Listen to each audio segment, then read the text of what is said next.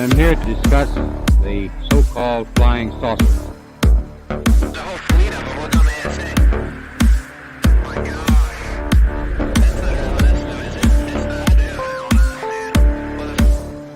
That's Unidentified.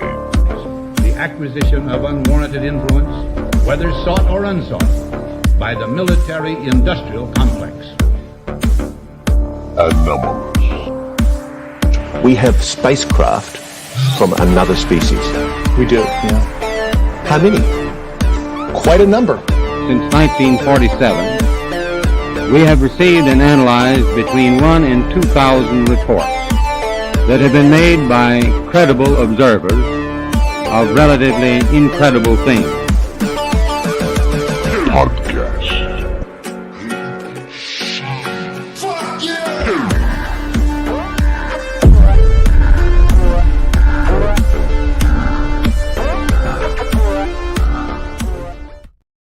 Hello, everybody, and welcome to this week's episode of the Unidentified Anomalous Podcast. I'm Digby Furno, and joining me, as always, is my wonderful co-host, Tom Thompson. Tom, how are you today, my friend?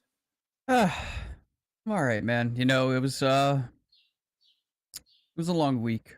It was a long week for my family and I. Obviously, you guys that follow me on social media saw that I lost my aunt this week, my Aunt Kim.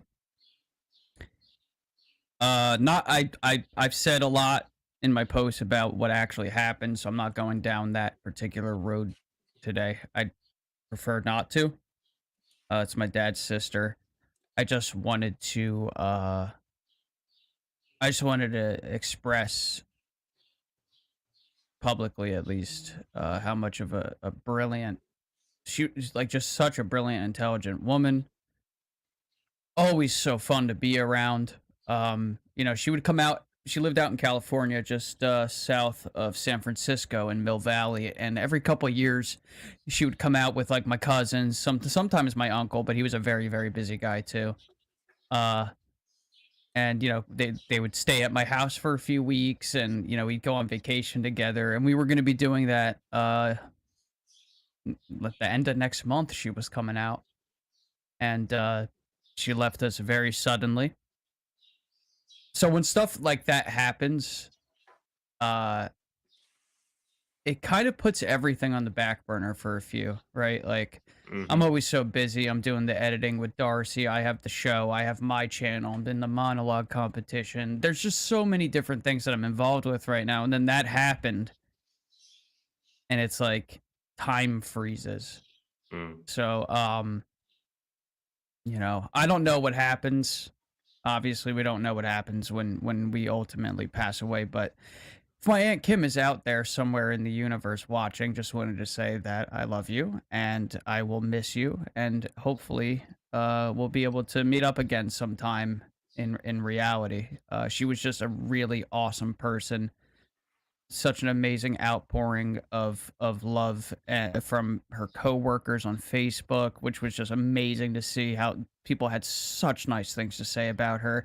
And I just wanted to personally say thank you to the people on Twitter that left comments. The people were sending me their condolences. I had some people that DM'd me, so thank you for doing that, because that really did help my family and I get through what's been a really challenging week. But we're okay. You know, we got through the hardest part of this. We're all right now, though. And I just wanted to say thank you.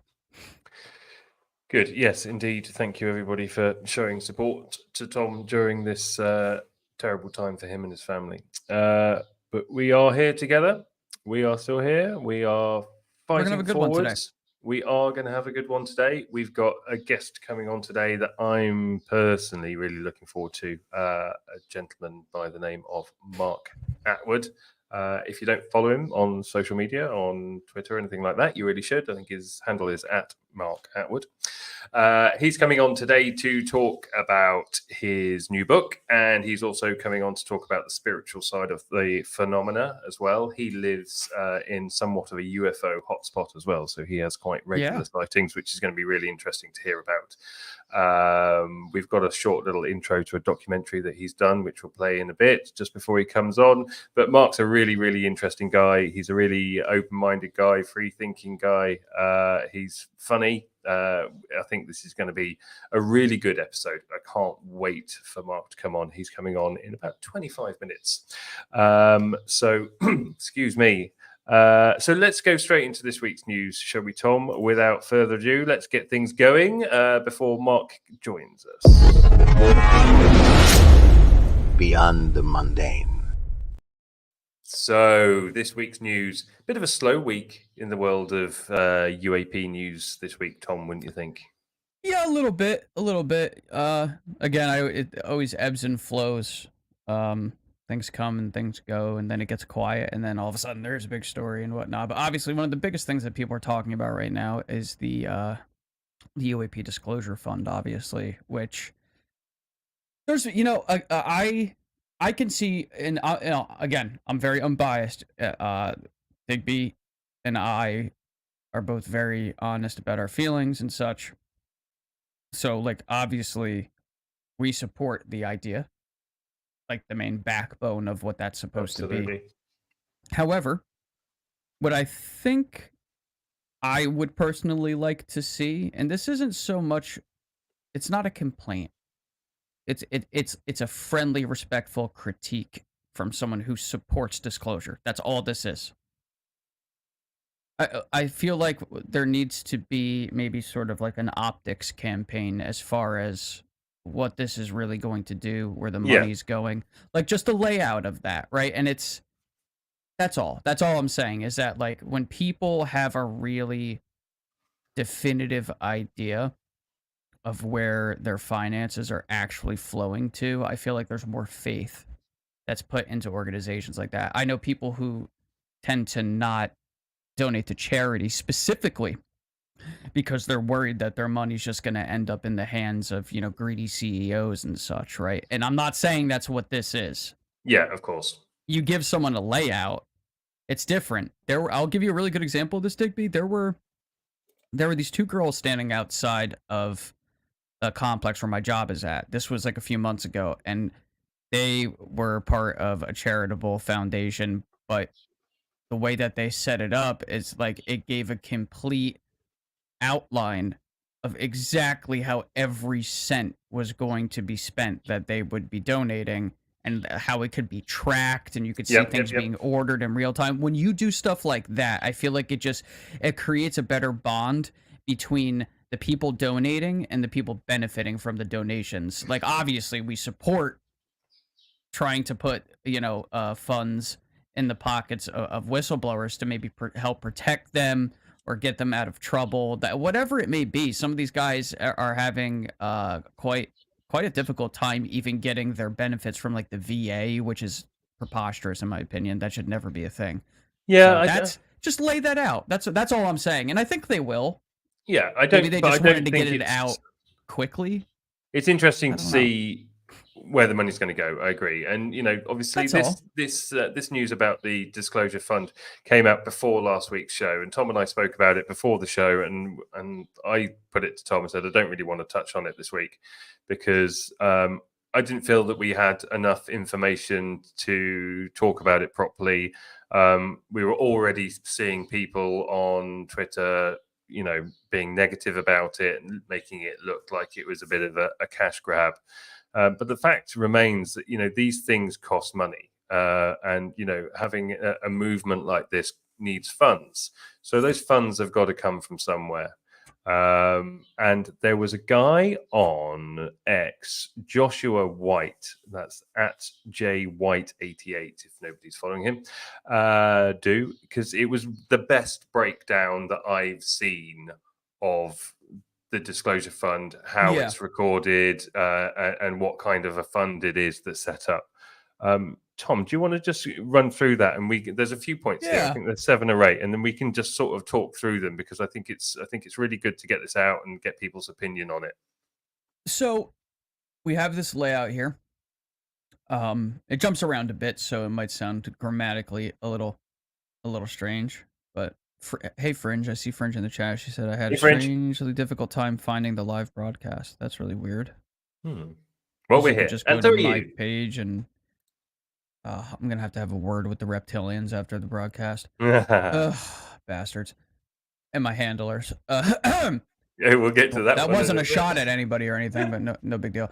Advocacy groups often do petitions, and that's fine. The raw count of signers doesn't mean much, but the other data collected might. Note that they're asking for email address and zip code. The petition is really mostly about building a mailing list for UAPDF. Ultimately, to get donations, that's not a criticism. More funding is needed in the space, but do recognize the goal. Zip code is relevant too. They can do targeted mailings to people in particular states or congressional districts to target particular senators or members of Congress. They can also share analytics. 108 people from your district are members of UAPDF, as an example. Josh says that as he sees it, UAPDF's purpose is right in its name. It's a fund. Note that it's organized as a 501c4. These are social welfare nonprofits that can engage in political activities. 501c4s are commonly criticized as dark money groups because they can accept non-disclosed donations and then spend in support and opposition of political candidates. Even if the donation isn't made directly to a specific elected official, they generally have an awareness of the level of independent expenditures made in support of them or in opposition to their opponent. Other 501c4s include the Sierra Club and the NRA. And depending on your politics, you might see them as either good or bad. But regardless, they're a part of our system. And the last bit here, UAPDF's launch and its board of directors, along with Soul Foundation and other groups, suggest that the UAP issue is maturing, increasing the likelihood of legislative achievements. Yeah, I mean, again, it's another cog in the wheel, essentially, right? Like, it's building, because if we really want, say, the scientific community to start as a whole taking this seriously and starting to think about things differently and maybe reevaluate the scientific method and how it pertains to things like consciousness and such, the only way that we're going to do that is through ventures like this. I totally understand the concerns of people on social media, like, well, where's the money going? It looks like this, it looks like that. Those are fair opinions to have, but I feel that one of two things will happen, right? Either those people will be right and this is all just a money grab, but I don't think that's what's actually going on. Or two, there will be a layout given. Like, I think this is a matter of time. Again, like things have to play out a certain way. I just think, like, we're gonna be we're gonna be hosting Gary Nolan on the podcast, and I really want to broach this with him because I support disclosure, and I want to give Gary the opportunity and the space to maybe really, like, fully contextualize what this is really supposed to do, and if it works, what that would look like, right? And that's a positive. I'm not trying to back anybody into a corner. I'm a huge Gary Nolan fan. Everybody knows that. I think he's brilliant. Well, but it's just like, hey, Gary, if I want to send money to this fund, I just want, I have a couple questions. I just want to know, because I just want to know. Yeah. Like anybody would, really. I think it's a fair point to make, and I signed up for it as well. I went onto the website, put in my details, because you can do it all around the world. You don't have to be in the States, which was good, because a lot of these things you have to put in an American zip code, and then everybody else around the world gets excluded. So I did it, but it doesn't actually mention anything about money on the front page. It's a very simple website. It doesn't mention anything about money until you have signed up, and then it asks you how much you want to donate on a monthly basis. And I was a bit taken aback. It is a not-for-profit organization, so nobody can financially gain from it. Everything has to be spent out for the cause, so there is that security there. And all this stuff costs money: travel expenses, rallying for certain political people that have disclosure in mind, support for these people, Luna and Burchett and all these people, all this stuff costs money. Politics is about money, and that money needs to come from somewhere. And I think we have sat on the sidelines. All of us are guilty of this, I think, going, oh, we wish something else would happen. We want disclosure to move forward. We want answers. But if the US government, UK government, governments around the world aren't going to put their hand in their pocket to force this issue, then we as a community, perhaps it's time that we stood up and started going, okay, well, we believe this, so we're going to put our money where our mouth is. And now that's also easier said than done for some people. We're living in a time where a lot of people do not have an awful lot of disposable income. House prices are through the roof. The cost of everybody's groceries every week is skyrocketed, especially in places like the US, Canada, and UK. So it's difficult, and there will always be naysayers on social media. That's, we all know it. That's just what it's like. And there are people that are in the Lou camp, and there are people that are not in the Lou camp. And all the people that are not in the Lou camp are always going to find criticism with it. But for me personally, do I think that there's anything sinister? Do I think it's a money grab? No, I do not. Not for 1 second. And I support them. I didn't donate because I'm not in a position at the moment to, do that. I'm about to move to Thailand in 2 weeks. Hopefully, fingers crossed. The flights aren't booked yet, but still. Somebody said I look very tired today. I am very tired. But not everybody has disposable income, and that's fine. But still, go and sign up and be part of the movement and support them. I think it's a great idea. But I will be honest and give criticism, because that's what we're here for. We speak the truth on this show, and we will always continue to do so, or at least our version of the truth, what we believe to be true. What you believe to be true out there is certainly up to you. But, from an optics point of view, it needs to be more open. Before asking somebody for money, they need to say, this is what we plan on spending the money for. This is how much we're aiming to raise. This is what the money's going to help for. Is it going to help with whistleblowers coming forward? It doesn't mention that. All these whistleblowers, Congress is not allowed to pay expenses for whistleblowers coming forward. So if they live on the other side of the states and they need to come to Washington, there's no flights paid for, there's no accommodation paid for.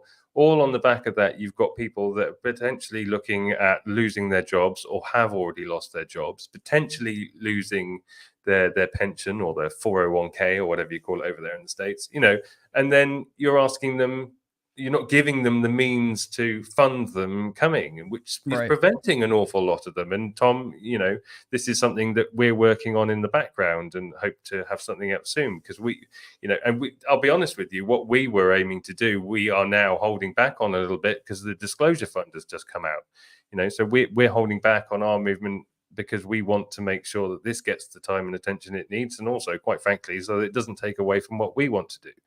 And it's whatever works too, right? Like if this ultimately fulfills those needs, and that's fine. Like if we weren't the ones that ended up doing that, ultimately the thing that we care about the most is just that those needs get fulfilled. It doesn't necessarily have to be us. It's just that we thought of something that could potentially work, right? Like it's a team effort.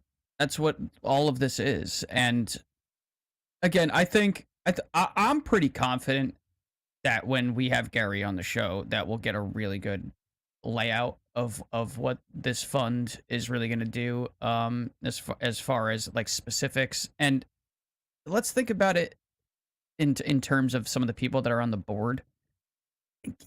Gary doesn't need money. Gary has a lot of money. So I don't think Gary Nolan would have to set up a fund to get more money. He owns biotech companies, guys. Like, he has money. That's not what this is about, at least for him. So we can so if we just look at the board, we could at least knock him off the list of, oh, who needs money? And at the end of the day, if we want, you got to think of it like this too. If we want some of these people to be on the forefront and to represent the people in the disclosure movement, if you want those people to be your champion, so to speak, you can't expect them to do that from like a cardboard box, right? Like we live in a capitalistic society. Like, everyone needs money. Everybody, we all do. That's how we eat. That's how we pay our bills. That's just how shit is. Period. That's just how it goes. Like, Yep. you know, not everything's a grift though. Like, I understand the complaints on the optics. I really, really do. Yeah, I get it. But I think it's way, way, way too early to immediately jump to the conclusion of, oh, this is a grift. Screw these guys. Blah blah blah. That doesn't. There's not enough information to really like draw that conclusion either. So I feel like one is doing one a disservice to themselves at that point. You must gather more data. Period. Indeed. I completely agree. Don't I jump off the completely agree. diving board when there's no water in the pool. Like, my God, you're gonna break something. My God. Yeah, My yeah, God. you're absolutely right. So, you know, there you go. There's our official stance for it. Like it or lump it. You know, I personally support the. Did you say lump it? Like it or lump it. I've never heard that before. You know, I'm English. We say weird things. Us Yanks aren't, you know, as well read on all of the bullocks and whatnot. All of the bollocks. The bullocks. Anyway, you nunce case. I love that one. You nunce case. You nunce case. What the hell is that? Oh, I don't know. It's calling someone. I've heard it. I heard it in a YouTube video once. Some guy was like, I forget what he was. He called somebody a nunce, and then he called him a nunce case, and I was just like, I like the sound of that. You know, start calling everybody I don't like a nunce case. Love it. Stealing it. Anyway. Right, what else have we got to cover this week before Mark joins us, Tom? Nothing. Nothing. No, I'm just kidding. We were setting up for the show, and he's like, "What do you want to?" He was like, "So, what order do you want to do this in?" And I said something along the lines of, "How about we just don't do anything? Yeah. How about just nothing? That would not be a good show. That would not be a good show. I think we could easily, you and I, get through a half hour on just like 1, 2, 3, go. I'm positive we could do that. Well, there is one thing I want to talk about, which just came up on X what you not shared that long with ago. Me, right? Are you talking about the the stasis cryo tubes? Yeah, this is crazy. It is crazy. Tom, have you got the post? Story. Yeah, Okay. well, actually, yeah. Let me. No, I was gonna say. Do you already have it pulled up? I do, but I don't have my glasses. Okay, here, hold on. I'll now. Like, this is. Otherwise, I'll be this looking is like this. So, where did you send it to me? On WhatsApp or I Signal? send it to you on WhatsApp. Yeah. This is literally sci-fi, but it's like. Exciting. But it's really exciting. But it's not sci-fi. It's something that would have been sci-fi years ago. So apparently, scientists have discovered a protein called balin that acts like a pause button, stopping and starting cell activity in microbes. Balin, found in Arctic bacteria, is common in 20% of bacterial genomes. It halts the cell's ribosome, stopping protein production even mid-process. This ability to pause and restart life could revolutionize space travel, allowing cells and potentially humans to enter suspended animation during long journeys to Mars and beyond. This is a quote from evolutionary molecular biologist Sergei Menikov. We live on a dormant planet. About 60% of microbial cells are in hibernation, conserving energy until conditions are better. This discovery could help engineer organisms to survive harsh space environments by mimicking balin's dormancy and rapid activation abilities. Sources are Quantum Magazine, Laboratory News, and Case Western Reserve University. How exciting. And of course, I went even further down the road with this and said, hey, listen, what if you could take that, but you could pick and choose, you could isolate different cells or groups of cells specifically. It's like, could you focus on, say, a human face and slow down the aging process? And I said, well, the face would be frozen. Yeah, and then I was just like, you want to join? You want to join the Balin Club? Why use Botox when you can use Balin? Available now at all good drugstores. I think it's. Do you know what I find that's really funny though? Is because in certain areas, science reality is starting to outpace science fiction. I know, isn't that weird? You know, It's so And weird.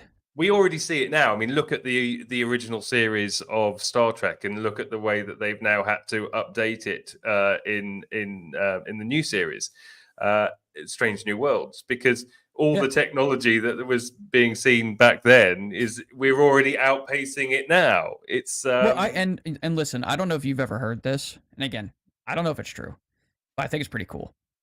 I've always heard that Gene Roddenberry got a lot of his ideas from guys like in Black Projects.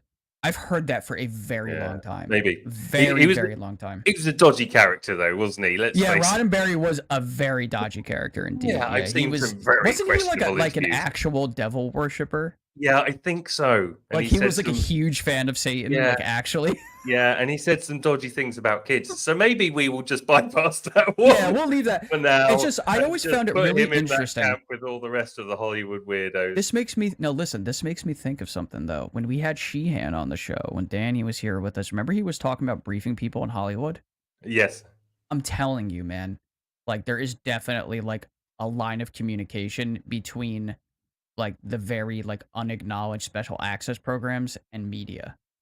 It's been there for a long time. Yeah. Look at Close Encounters with Spielberg. I agree. Right. Moving on. I'm going to play a little clip of a documentary. Well, it's not a clip, it's a trailer of Mark's documentary. We're going to just play that for you now. It's about a minute long. And then I'm going to move over to our introduction of Mark, who is already sitting there waiting in the wings. So this is Mark's documentary that I believe he released last year. You can buy it online now. Hello, my name is Mark. 2 years ago, I started talking on YouTube about what was really going on in the world. Little did I know that I'd end up on tour in America. Let's go. You are actually standing in front of me. We're in the Matrix. It's the most exhausting thing we've ever done.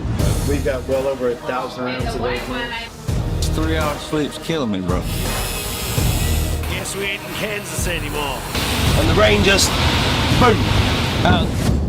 It's quite tiring. I might just get a plane home. Oh man, there's crazies out there today. It's just like flying a glider. Someone sabotaged us. Just got chills literally up and down. Twinkle, twinkle, superstar. I'm 53 and I'm here doing this. Incomprehensible. Oh, I'm very grateful. And I need a fag.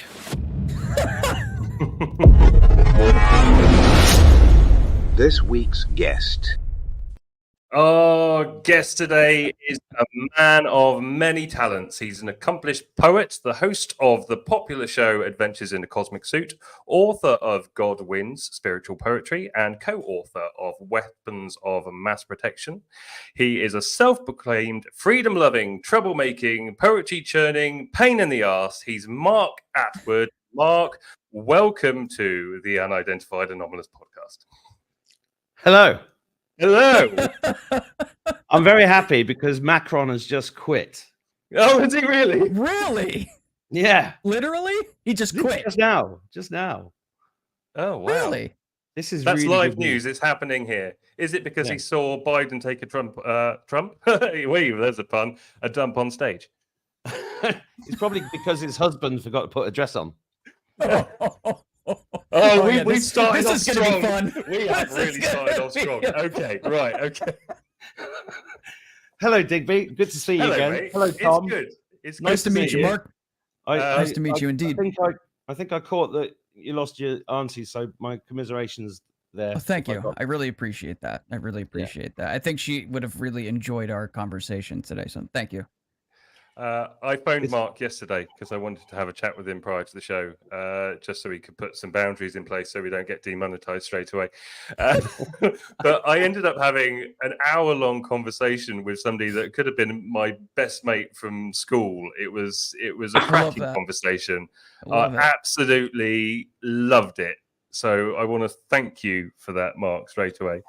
Well, it was great speaking to you too, because anytime I meet anybody that's woken up and is starting to live their life the way we're supposed to live it, I am, especially homeschooling kids and traveling. It's always a great privilege for me. So yeah, and thanks for inviting me on, guys. You're very welcome. Tom's got his first question for you, I think, that he wants to open the show with. Okay, yeah. And it was a joke, but then Digby was like, you know what? That's a great idea.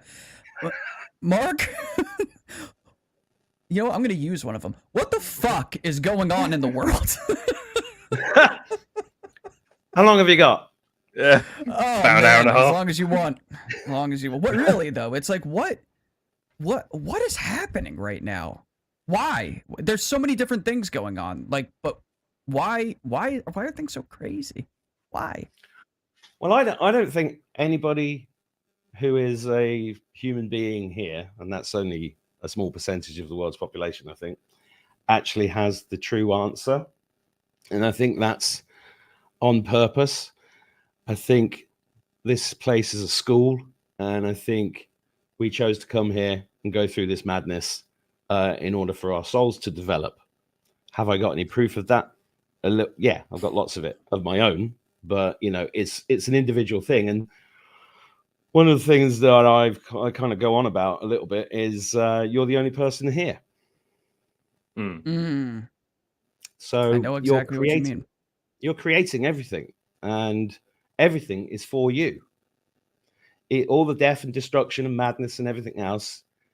I mean, on one hand, it's been so weird the last 4 years because my natural inclination is to try and make people laugh, but we're in the middle of a fucking genocide. So it's like, why am I making people laugh? Well, there's people dying. There's people literally dropping dead on the street. My mate dropped dead 18 months ago, 38 years old, a year ago. And he got jabbed, and I said, I'm sorry, I've got to be careful what I say. Because you're on YouTube. But, you know, and I said to him, you're going to drop dead unless you do something. And he was like, well, great, thanks. And I said, no, seriously, you are. And he did. And he was 38 years old. And that's not, you know, everybody watching this will be going, will have been through breakups in their family, their friends, all sorts of stuff, because it's a big question. I mean, I don't know where to go with it, but 5 or 6 years ago, I was suicidal, and I got woken up by God, basically, who said, you got to let everything go. And I was like, yeah, I know about letting go. I've you know, I'm familiar with that concept. I was doing memes on it about 10 years ago, letting go of balloons and stuff. I didn't have a clue how much depth there was to that sentence, because it's a Taoist concept, letting go. But letting go, we've had to let go of everything. Friends, family, our ideas about history, the world, the shape of the world, space, ETs, biology, physics, chemistry, everything has been a lie. Absolutely everything. We've had to let it all go. And when you let go of everything, what does it do? It allows space for the true you to come in. And really, this whole journey, I think, is about us remembering who we really are. That's the short answer. Yeah, I like that answer a lot, though. Well, because just based on some things that you said there, I think you and I probably have a lot in common, spiritually speaking, because I was raised a Catholic, right? So you know, I have plenty of knowledge when it comes to actual religion and such. And then I got older and I started thinking on my own, and you know, I've gone through different phases. And where did I end up? I'm 34, and it's like, well, where am I at now? And I like to say I'm a spiritual agnostic, because I don't have all of the answers, but there are certain aspects of reality in myself that I feel deep down inside are true. One of them being that I think everybody has a soul. What that actually is up for debate, whether it's some sort of energy source, something. But there is an essence that makes life, right? There's a very big difference between Mark and the chair you're sitting in, right? That chair is not going out and touring America and telling people jokes and having a good time. You're just sitting in it, whereas you are this complete experience. This chair is not overweight and doesn't have a dodgy beard. Well, we all have one of those. I love that. That's a clip. Clip one. Timestamp. I'm gonna have to start writing down timestamps. Here comes the pen. Here comes the pen. And let the AI do the subtitles. But no, seriously, and all jokes aside, though, that's where I've ended up. It's weird. It's like I started off with God, right? raised on God and Jesus and such. And then I got as far down the road as like atheism almost, like and being like angry at that whole thing. And I strangely almost ended up back at God, but like a different version of God.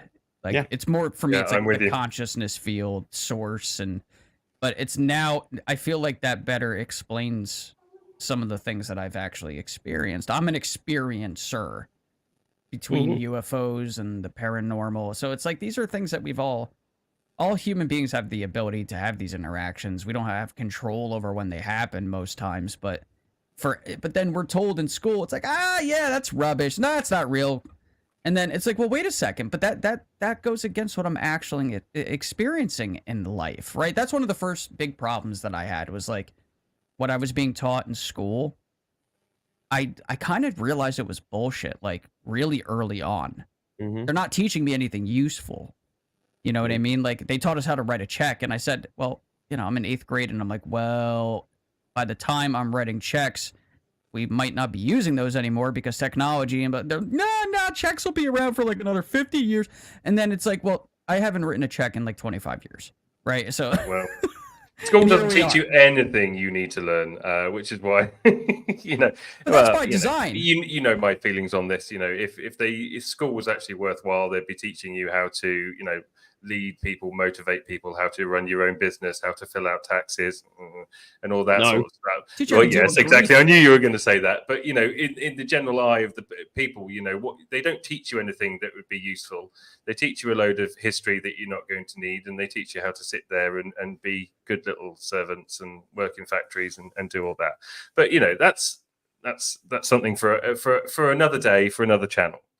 But let's talk about spirituality. You've got your book has just come out, which we would happily love to hear you talk about. There we get it. There it is. There it is. I didn't even have to pull up the image. He already had it ready. He had it ready. I gave it to him. So talk to us, Mark. Talk to us about the book and talk to us about the phenomena's part in spirituality and your thoughts and your beliefs on that. Firstly, I think we're in a post-guru era. Right. So all the people that were spiritual gurus like Oprah, Deepak, the power of now, maybe him, I don't know. But a lot of them, what's his name? Can't remember his name. There's an Indian guy who's got everybody hoodwinked. Even the Dalai Lama. Are you talking about Sadhguru? Yeah. The Pope, the Sadhguru. Yeah. The Pope, all of them. They're all limited hangouts. So they're all created because we are spirits having a human experience, right? Agreed. Not humans having. That's why my show is called Adventures in a Cosmic Suit. It was originally called Adventures in a Meat Suit because somebody said we are ghosts in meat suits, and I thought that was funny. So I called it Adventures in a Meat Suit, and then somebody said it's getting a bit cosmic this show, and I went, I'll call it Cosmic Suit. So because it is. I mean, what you just said, Tom, is totally true for me. I mean, I turned my dad's life support machine off when I was 17 years old, and he had a brain hemorrhage when he was 37, and I was so angry with God. I came out of the chapel of rest with a little bottle of whiskey, and I just screamed up at the sky, "I hate you," and then tried to destroy myself over the next 30 years. I just couldn't understand it, how God could be so mean. But we are spirits. We're eternal spirits. And this is the thing. This is what I think this whole period's about. Firstly, letting go of the gurus. So you asked me about the book. So I'll try to answer that question first. So I, like you, have had just a lifetime, 55 years now in this life, of really weird experiences that nobody could explain to me. My first memory that I remember is demons coming to recruit me in my bedroom when I was a little boy, 1973, and it just got weirder from there. And UFOs talking to me. I see UFOs all the time, every time I look up, except when it's cloudy like it is at the moment. You can't see anything. But this kind of stuff and all these strange things. So I started talking about. I got told to start a YouTube channel in 2020. And I literally didn't know what I was going to talk about. And then suddenly I'm thousands and thousands of episodes into that, and, books, tours. It's like, what? I didn't plan any of this. This is not. And it's really just answering that call. And what, and on this, I don't like saying on this journey because it sounds a bit naff, but in this process, I've met a huge amount of what I like about podcasting is that you get to talk to people who know more than you. So you're learning stuff all the time, and then you're sharing that with the audience, which is wonderful. And it's much better than TV, and it's immediate. And, and you can turn it off and go to something else if you don't like it. And it's, I've met a huge amount of interesting people, great healers, great scientists, people with huge amounts of knowledge about spirituality and all sorts of stuff. And I've also met a lot of interlopers and controlled opposition and saboteurs. And the whole thing is like being in a bloody big computer game. And but during this process, things popped up. Like 14 years ago, there was a really famous woman in England that I was working with in my business career. And she rang me up one day, and she'd gone through this process and was going on a spiritual path and going on ayahuasca trips and writing books about stuff like this. And I was doing the same sort of thing at the same time. And she rang me one day and she said, "You need to speak to this guy, Jim." And I went, "Why?" She goes, I think you need to speak to him. And I was like, okay. So I just ignored him. He would ring the office, and I had the business at the time, and it would ring. And I said, "Tell him I'm busy. Tell him I'm out. Eventually, he got me on the phone, and he said, "What I want you to do is imagine that you're stood at this window in a stately home, and you're overlooking this like circular, like where cars turn around at the front of the stately home. And then, and he said, there are post office vans coming to the house, and they're picking up gold, and then they're leaving." Now, I was on the phone, never met him in person. And I was, in my mind, I had thousands of post office vans coming, screeching in, getting jammed full of gold, and then screeching off at 100 miles an hour. And he's on the phone, and he goes, "Mark, slow down." And I went, What do you mean? He said, the fans are going way too quickly. And I was like, what? How did you know that? and so I was fascinated, and I ended up meeting him. He'd ring me up and ask me to meet him in obscure restaurants in the country. And he'd say things to me like, "What do you think is going on? What can you feel in the kitchen?" I go, "Well, there's a little girl in there." And he'd go, "Yeah, that's right. She died here in 1729 and blah, blah, blah." And I'd be like, "Whoa." And he was teaching me protection techniques, spiritual protection techniques at a time when I didn't really think that I needed them, or I didn't really understand why he was teaching. It was a bit like Obi-Wan Kenobi teaching you about the Force before, And a lot of that's happened, and when you look back on your life, and what's been amazing about COVID, because one of the things I said on the tour in America was that COVID's the best thing that's ever happened to the human race, because for the first time in history, we now know who everybody is, which is extraordinary. We've never known that before. Who the players are and what team they're on. Precisely. And, even people that got duped into taking experimental bioweapons, we know who they are as well now, because they, and I had a big message from God about that 2 years ago saying, look, you got to help them over the bridge. This is all about getting people over the bridge and getting to the other side of this, because all of the things that we're experiencing are, I don't know if you've ever seen George Carlin talk about bacteria, and he talked about it in the 1950s, and he was swimming in sewage, and we were tempered like raw steel in shit, and it's kind of like, that's what's going on here. We're getting tempered like steel in the fire, and it's making us stronger as a race. And we're seeing the truth about everybody, and it's extraordinary because there's nowhere to hide anymore. There's just, the news this morning in the UK was full of a TV doctor that went for a walk and died while he was on a walk in Greece, yards from yards from a restaurant.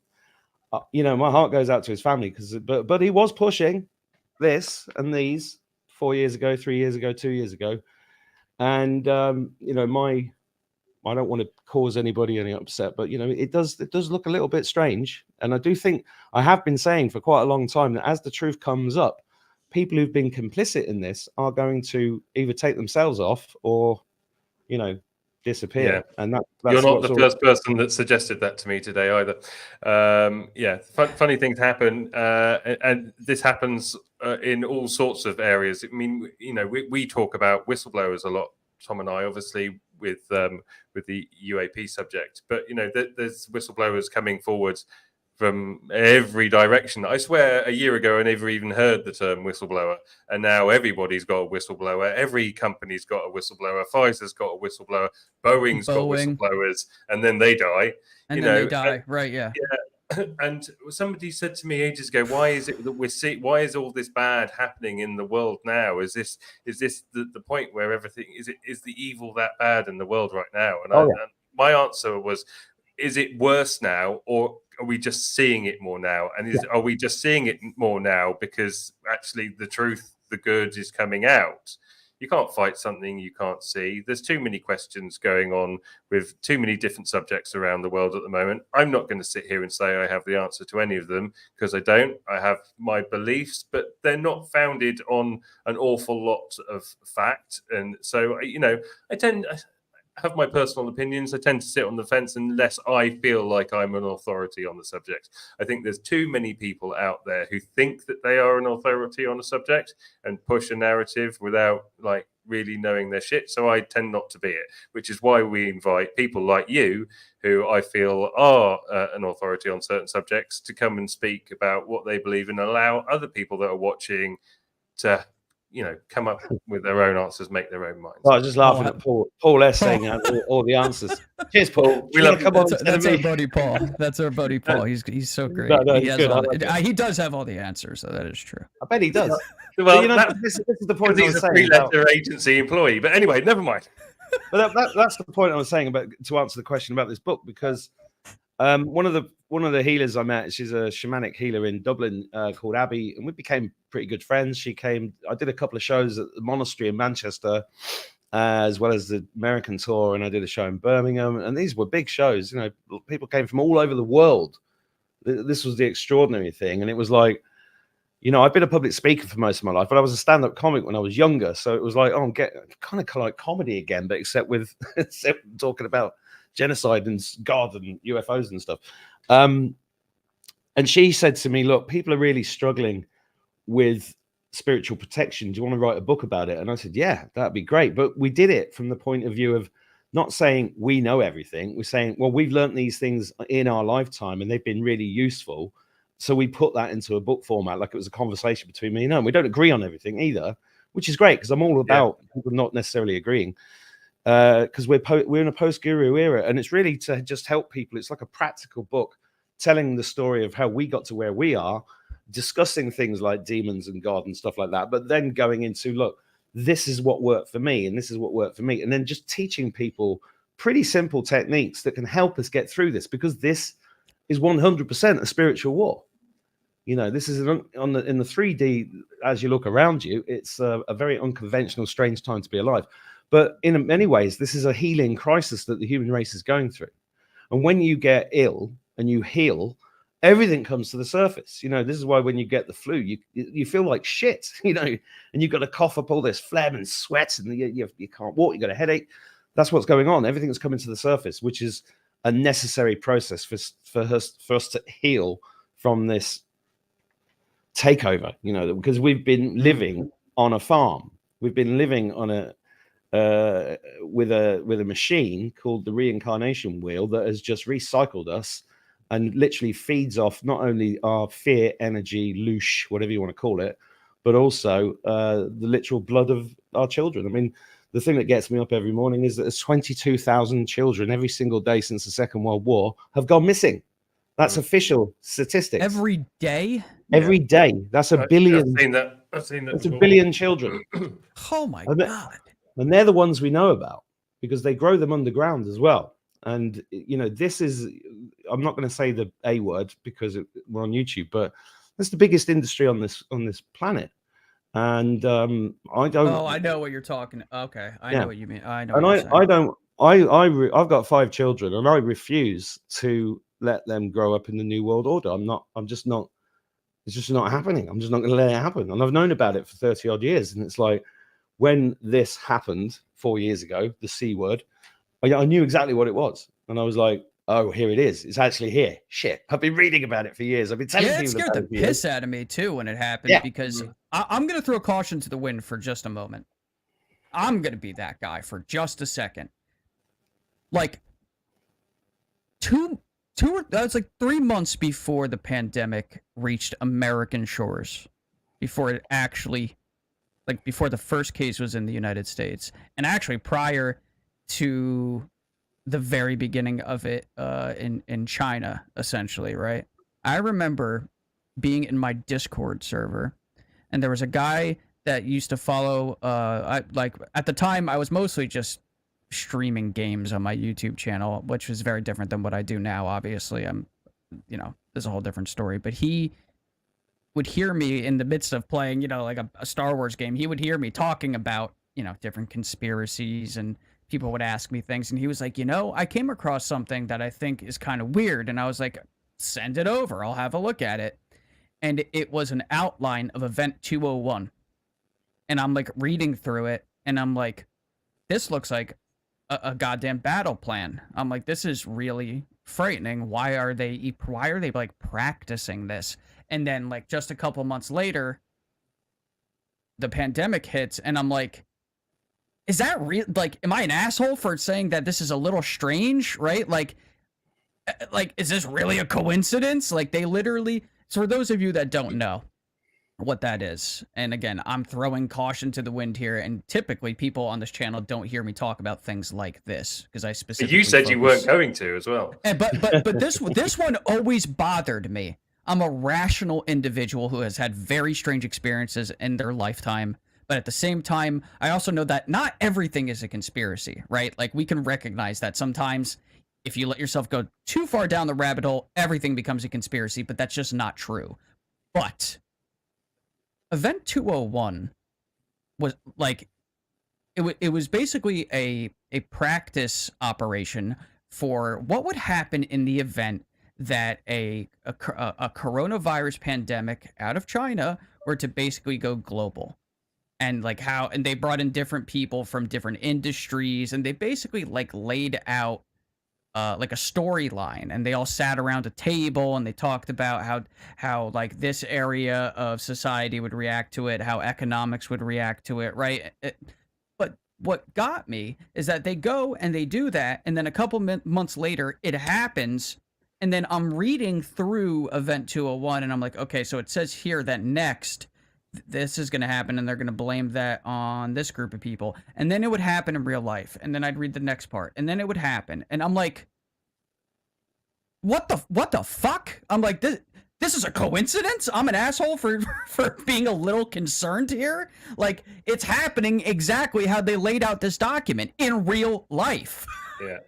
So it's just, you know what I mean? That was what, I'm just being honest, that was one of the things that always bothered me, right? I'm not saying that there was no virus. I'm not saying any of that. What I'm saying is like, I want to know who the fuck is responsible for getting all those people sick and all of these different things happening. That's what I want to know. Because they're like, oh, I came out of a wet market. And I'm like, okay, there is a lab like 3 miles from where you said it started. Oh, well, what does that lab look at? Oh, gain of functioning research. Viruses and coronavirus. And I'm like, oh, so there's no chance that it came from there, right? That's what really gets me. I got called like an asshole conspiracy theorist for even bringing that into the conversation. I had videos pulled off of my YouTube channel just for talking about that while playing a video game. And now it's okay to talk about it. So in all honesty, to all the people that gave me a hard time for that, fuck you. Because everyone should be able, we should be allowed to at least have those conversations. Well, because it's bullshit. We should be able to have those conversations. We're not making declarations.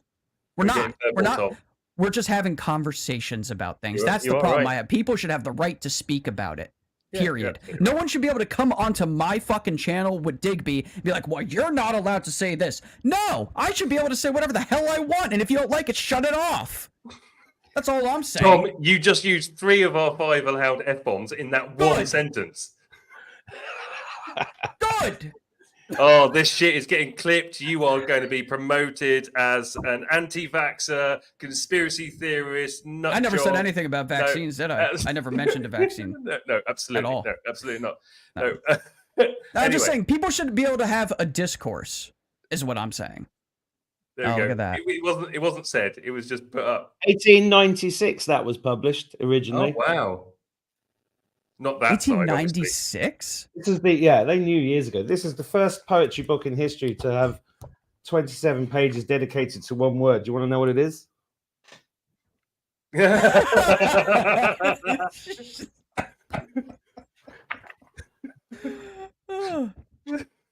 Oh god! Oh shit! Look at this. I'm not saying it out loud. Yeah, so that's Mark's other book. That's interesting. This is a heavy book. This is a kilo. Costs a lot of money to send these places. Heavy materials. Absolutely. Yeah. If No, you're anybody absolutely would right. like a copy of Mark's new book as well, the link to buy it or get it for free, actually, Mark, I believe, is in the description of this video, or it's also on my YouTube channel as well. So tell us a bit about that, actually. Well, let's talk about, why you've decided to go down that route, and then let's, bring ourselves back to the phenomena and how you came to interact with it before we, carry on going down the C word and the other C word rabbit hole. So you've made this book, you put it together, it's out there to buy, but you're also offering it to people for free who feel that they need it. Yeah, because it's not about making money; it's about helping as many people as possible. And throughout the course, I mean, I've been in business for 35, 40 years. I don't know, quite a long time. And throughout the last 4 years, a lot of things came up. Like I got told. I mean, I used to teach internet marketing, and in the middle of the pandemic, I got told to teach people how to put themselves online, how to market themselves, how to create a book, how to do things like this. And I was fighting this off. I was like, what? Why do they want to know that? And then I realized when I started making the course, I was really teaching people how to have the courage to speak out and how to get organized and how to be strategic about it. And it was a very empowering thing. But when it came to pricing that course, I mean, in the old, pre-COVID, that's a £2,000-3,000 course easily. And I was like, it doesn't feel right anymore doing that. So I said, look, it costs this much if you can afford it. If you can't, it's free. And then, a percentage of people took it up for free and a percentage of people paid for it. And I was like, well, this is interesting. Now, I've come to call this, for want of a better term, 5D business. So, most of the things that I've done, like there's been a lot of courses we put out and books and things. Most of it, I've said it's donation based. It should be this much. And if you can pay that, great. But if you can't, it's free. It's the same with this book. We said we want to get it out to as many people as possible. We didn't really want to use Amazon, but we've got no choice. There's no other way of print on demand a book like this except Amazon. And the problem with this book is when I bought this out, people were buying this in Australia, and this is a £45 book, and they were buying cost more to post it than to buy it. So people were paying $100+ just to get this book sent to Australia. And I felt bad about that. And I said, the next time we do one, we'll give it away for free if people can't afford it. And if they can donate. And there's other things they can buy as well, because there's like meditations that go with this. There's worksheets, there's the audio book, there's the videos and everything else. If you want them, you can have them. But if you don't, then you don't have to have them. But if you want to get it on Amazon, you can still go and get it on Amazon. So it was really, and it's like when we opened a healing center here in the west of Ireland a year ago, we made it donation based. And it was so funny because people are like, there's a guy in the cafe, right? He's got a bad back, and every week I'd see him because I'd go in there every morning for coffee, and he said, "Oh, my back's killing me." I said, "Get in the oxygen. I've got hyperbaric oxygen across the road. It'll help you out." He said, "Oh, I can't afford it." I said, "Well, it's free then." He went, "What?" Yes, you donate. And he goes, "Free." And at 3 weeks it took him to believe me that it was free if he couldn't afford it. And he finally went in. And I learned a massive lesson doing this as well. And the lesson I learned was the way everything's priced in the world, the way business is done from school all the way through our lives, and COVID proved this, is that the human race is treated like children constantly. Even in adult life, they're treated like children, and they're treated to not trust anything. But as soon as you give them the responsibility, so it's donation based, we don't police it, pay us what you can afford. They're like, what? And it's like an honesty box. Where's the catch? Where's the catch? What's the catch? And that's what I saw with this guy. He went in, he started getting healed, he started donating, and then he was really grateful, and it changed him, because it was a subtle change, but the change was really profound just by witnessing it. And I was like, this is it. This is the way forward. If we treat everybody like a responsible adult, as sovereign human beings, as we're all, this is the other thing that we're all learning, how to be sovereign through our health, our wealth, our food, our medicine. You know, we're having to become experts in natural law, common law, and all of these other things, the things that we've always left to other people in suits and with certificates and approbation from society. And we don't need to do that anymore. And if you actually treat people like the adults that they really are, then they start behaving like them. And then you get and I think Donald Trump put it the best. He said, you can't have a sovereign. He said loads of things, billions and billions of things. But he said, you can't have a sovereign nation without sovereign individuals. And that's the most amazing thing about this time, is that everybody, at whatever level you're at, you are becoming. That's why I enjoyed talking to you last night, Digby, because you're out there, you're doing it. Yeah, you're making decisions for yourself. It's amazing, and there's so few people doing it. But I've met more and more and more and more, and it's just a wonderful thing. And people get bogged down with things like money, especially spiritual people. But most spiritual people have been ring fenced by the New Age. You know, they created another limited hangout to catch all the ones that didn't fall for the Catholicism, and they went, "Oh, this New Age thing. Oh yeah, that's great." And then you get this limited hangout, kind of, you get 95%. It's like, you know, when they took 900 books out of the Bible at the Council of Nicaea in 300 and whatever AD, right?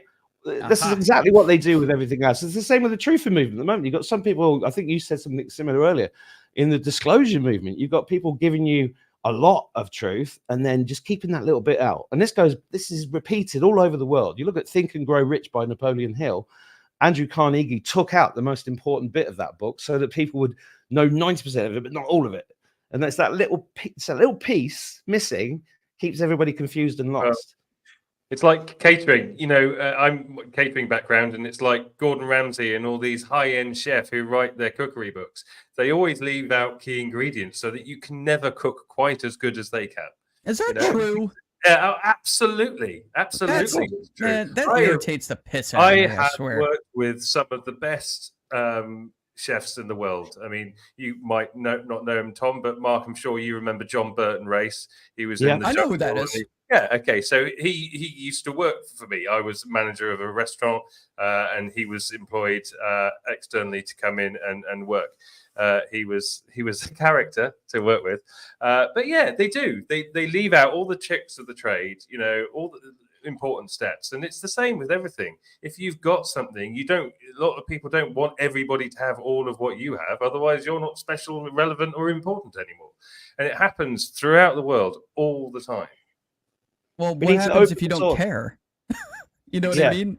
What if you're like me, who says, "No, I'll totally teach you that." Like, I'm a guitar player, and I never hide any of my like techniques or anything from it. I'm like, "Oh, you want to learn that? I would love to see you do it. Here, I'll show you exactly how to do that."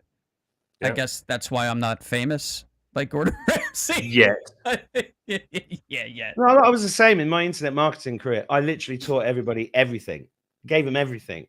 Right. And I'd go and I'd pay like $5,000 to go and see someone like Brendan Burchard, and he'd spend 4 days doing 10 minutes material. And I'd be like, how does he get away with this? Because it's all stringing people. It's all the sizzle without any of the, you know, the meat. And I think everything needs to be open source, and that's what we're moving towards. We're moving towards open source. I think eventually we're not going to have money at all, but while we've still got it, it's everybody's responsibility to have as much of it as possible and give nothing to the murdering bastards that call themselves your governments. And you know, and we've got to start building the world that we want to see. That's why we opened the healing center, because I got fed up, you know, in this kind of movement that I found myself in. Is people going, I'd meet people who saying, "Oh, don't worry, I'm going to open healing centers all over the world next week when the revaluation of currency happens." I'm like, what? You really think they're just going to give you billions of dollars because you wrote a piece of paper that says, "Oh, this is what I want to do"? And that was one thing. Another thing was the med beds. People going on about the med beds. I mean, the med beds, I don't know if you guys have heard of them. They're like this mythical creature, right? That can heal everything, can reverse your aging and everything. I'm sure the technology exists, 100%, but it's not here now, and people are dying now. So I've got a very pragmatic view that, well, you've got to look at what you've got in front of you, and we have, as somebody famously said, you have more than you know. And we have all the tools right in front of us to build the future that we want right now. It's just that we're not very organized. We're not together. we're still going through the pain of people waking up through this process, and that's really what this is about. This is the Great Awakening. I totally know that. That's why I call myself an apocalyptimist, because the apocalypse is the great revealing in Greek, and I'm an optimist about the outcome. And I don't know why I am. It just feels like we're going somewhere amazing. We've just got to swim through some shit on the way there. Yeah, that's how I feel. That's funny that you said, because I was just going to ask you. I'm like, well, how do you feel? Are you optimistic about the outcome? And then you're like, well, I'm an optimist about the outcome. Like, I guess we're on the same page, huh, Mark? I knew you'd like him. I knew you'd like him. So, Mark, let's talk about, excuse me, the phenomena and your interactions with it and your beliefs behind it. When did your interaction with the phenomena start for you? Well, I think it was when I was a kid. From as early as I could remember, I turned around to everybody and said, I'm going to be a pilot. And they'd all go, yeah, of course you are. You're too short. You've got a pot belly. You're from a council house. You can't be a pilot. And I did it. I became a pilot. I was an Air Force pilot. It was my first job. And then I was. And then I resigned because I'd always looked up. Mm-hmm. My other earliest memories, I was always looking up at the stars. It was like, in a way, I was going, why the fuck am I here? I want to be back up there. It was kind of like that. And I always had ideas about. I didn't feel at home here. I was always, out of place. My family didn't understand me. My school didn't understand. Nobody understood me. And I used to look at people talking and because these humans are really weird. 5 years old. And that happened to me at work yesterday, actually. It's kind of all of this is resonating with me massively. Me too. Well, I only feel comfortable about saying that stuff now because I've met so many other people that have told me the same thing, and it is like there's a bunch of us that just came from somewhere else to help out, and that's what I honestly think is going on. But so I got into the Air Force and I got a very high grade, and then on that day that I got that grade, I knew I could leave, and I left because this is when my waking up started, about 88, 89. Two of my friends had committed suicide. One of them was covered up. I realized the British government were lying to the people when I was based on an RAF base in Germany, because Margaret Thatcher, the Prime Minister at the time, said something in the papers that I knew was not true. And I was like, fuck, the government's lying to us. Oh, shit. Because I used to salute the telly when the national anthem came on and nobody else was in the room. And then when I was 19, I was given an award by Prince Philip at St. James's Palace. And it was he came along and I had my Air Force uniform on at the time, and he was shaking my hand, and he looked at me and he said, I see you've joined the and I'm thinking, you're the commander in chief and you don't recognize this uniform? And he could see that in my eyes. And somebody whispered, Royal Air Force, sir. And I could see him go, Royal Air Force. And then I went, that's right, sir. And he whipped his hand away and moved on. It was evil beyond belief. Back then, I didn't know. He'd probably just come up from the dungeons drinking a load of blood. I don't know what the fuck he was. But he was. But back then, I was shocked. And all these strange things happened. And how does this get to UFOs? Well, I just kept, I know how aircraft move. I at one point, when I was a teenager, I knew every military aircraft on the planet. I could tell you, if I heard an engine in the sky, I could tell you what it was. I was really good at aircraft recognition. And then I just kept seeing all these. Mainly, I've seen thousands and thousands and thousands of white lights in the sky doing things that are impossible, right? They're the main things that I've seen. But then 2 or 3 years ago, when I started, I got thousands of emails a week, and there was one, and I used to try and read all of them, but it nearly killed me because it's just impossible. But this one popped up, and there was a line in this email that I couldn't, it really got my attention. It said, they know when you look up. They know that you look up every night. And I was like, how does she know that? And then she said that this woman had written to me. She said, I don't watch your show, but my friends does. But I've been told by them that they want you to connect with them. And I was like, okay. And she said, and I spoke to her on the phone. She said, what you got to do next time you go outside at night, you look up at the stars until one of them feels like it wants to connect with you. And then you start communicating with it telepathically.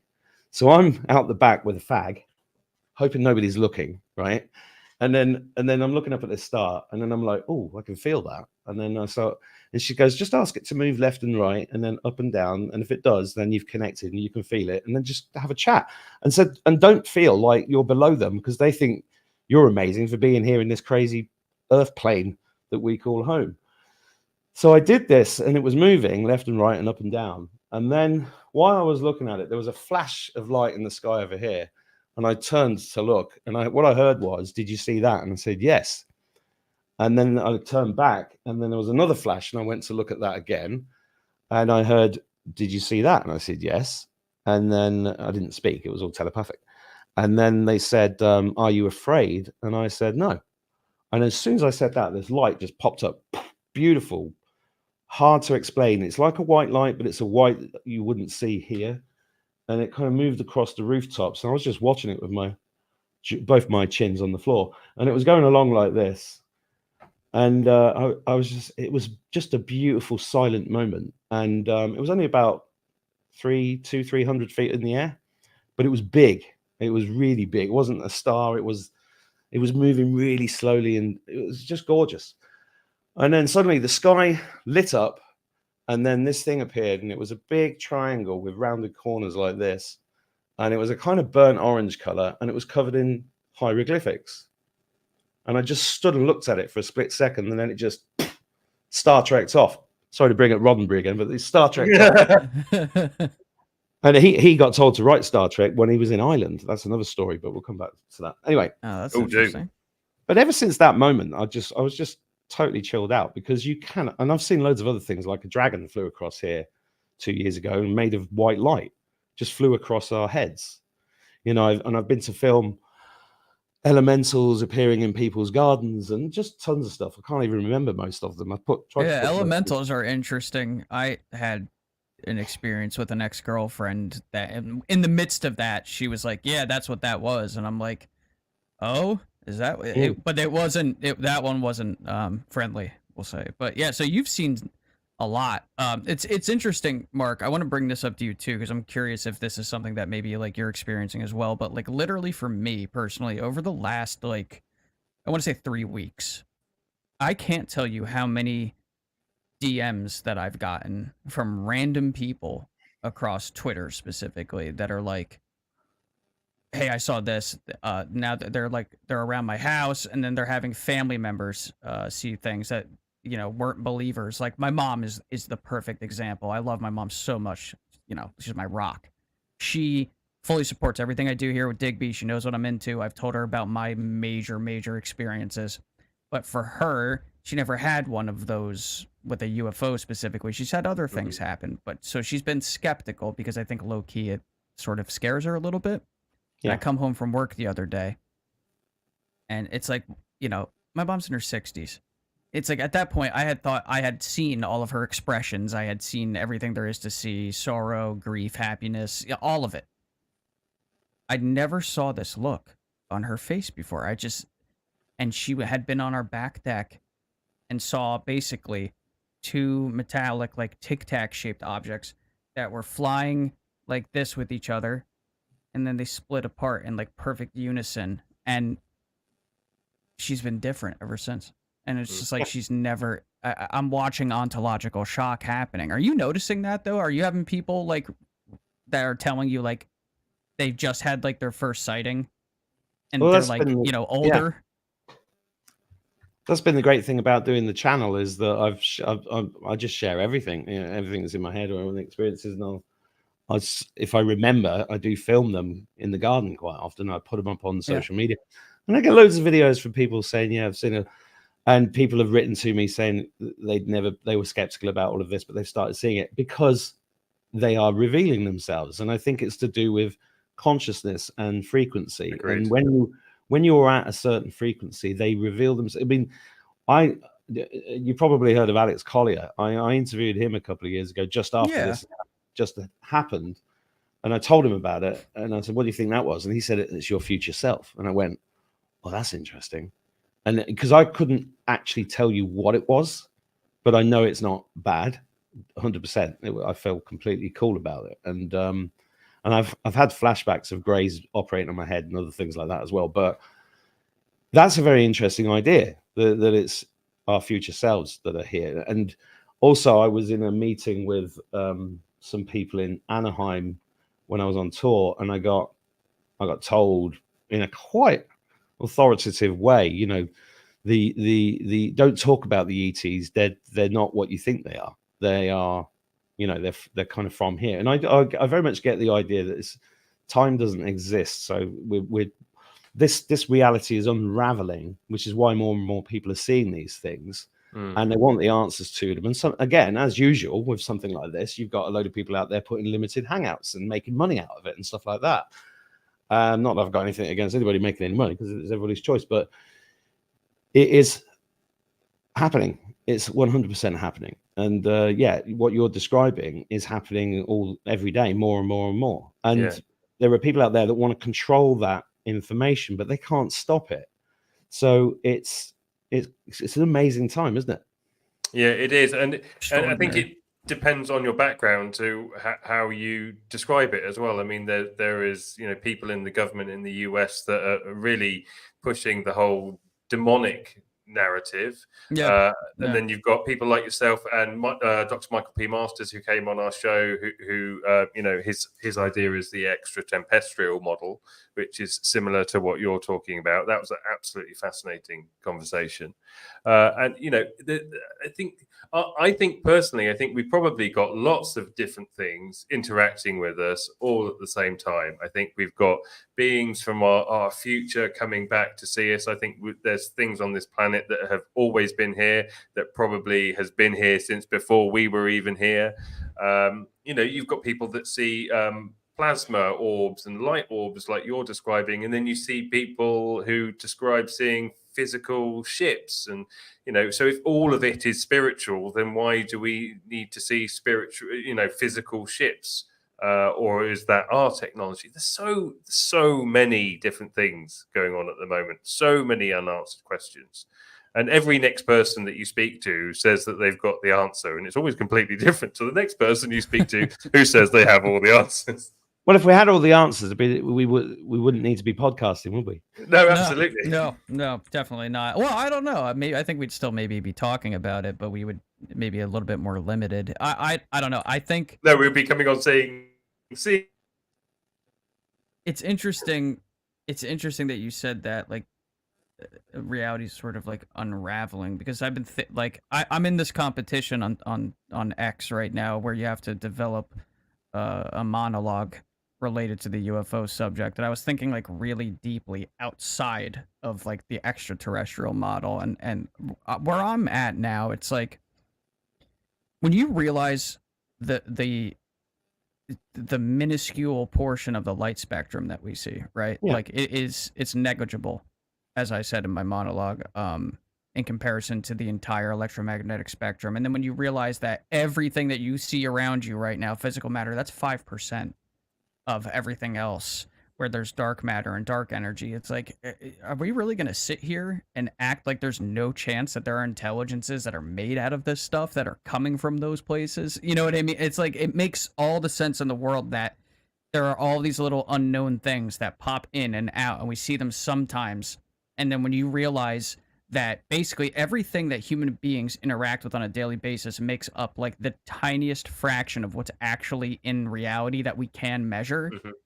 I mean, everything's on the table at that point, right? Like literally, I mean, really, everything is on the table. And I think there's an element to this with consciousness where belief is like a force of some kind. And I think that the more that people believe that these things are going on, whether because they've had those experiences or they're talking to people that they trust, credible witnesses, there's like a correlation between how much our species believes in these things and then how much we begin to see them. There seems to be some sort of connective tissue there, that the more people talk about this, the more people see them.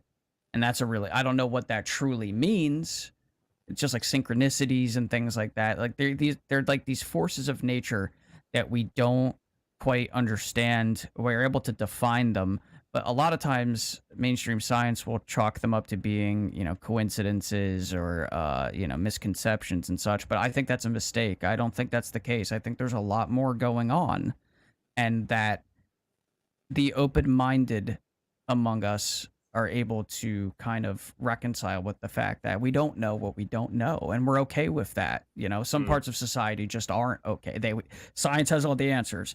If we can't put it in a test tube and study it in a laboratory, it's not real. Well, that's not true. That's just not true at all. Gravity waves were predicted decades ago by Einstein just by writing down mathematical equations, and then boom, we found them. But in the time in between, there were scientists who thought it was nonsense. You can't write any of this stuff off at all, and you're someone who sees these amazing things. It's like that's a part of your everyday life, and our scientific model doesn't do a good enough job, the scientific method, to be like, hey, Mr. Attwood, here's why that's part of your life. It acts like it's not there, but you experience it, and you know it's there. You see it.